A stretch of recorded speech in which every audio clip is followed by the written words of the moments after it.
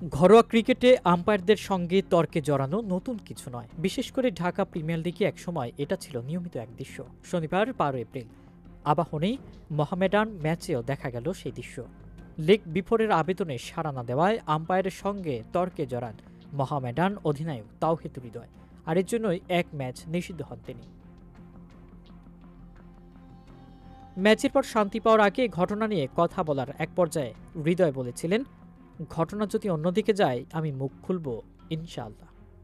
কি হয়েছিল জানতে চাইলে হৃদয় বলেন, সেটা ঘটেছে সবকিছু ব্যাখ্যা করতে পারবো না, কিন্তু হিট অফ দ্য মোমেন্টে অনেক কিছু হয়। তারাও ভুল করেন, কিন্তু আমার কাছে যেটা মনে হয় তারা ভুল করতেই পারেন। মানুষ মাত্রই ভুল করে, আমরাও করব, কিন্তু আমার কাছে মনে হয়েছে ভুলটা স্বীকার করা উচিত। যদি আমি ভুল করি আমিও স্বীকার করব, কিন্তু আপনি যদি ভুল স্বীকার না করে বলেন এটা ভুল নয় তাহলে হবে না।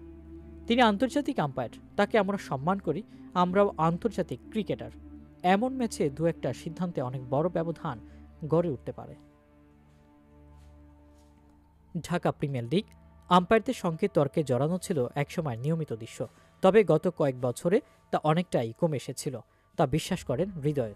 তবে এসব ক্ষেত্রে দুই দিক দেখার অনুরোধ জানিয়ে তিনি বলেছেন, আন্তর্জাতিক ক্রিকেটে তো এমন অনেকই দেখেছি, ঘরোয়া ক্রিকেটে তো আর এর চেয়ে আরও বাজে হতো। এখন তো সেটাও হয় না।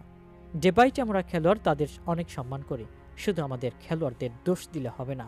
জাস্টিফাই করলে আমার কাছে মনে হয় দুই পাশ থেকেই দেখা উচিত।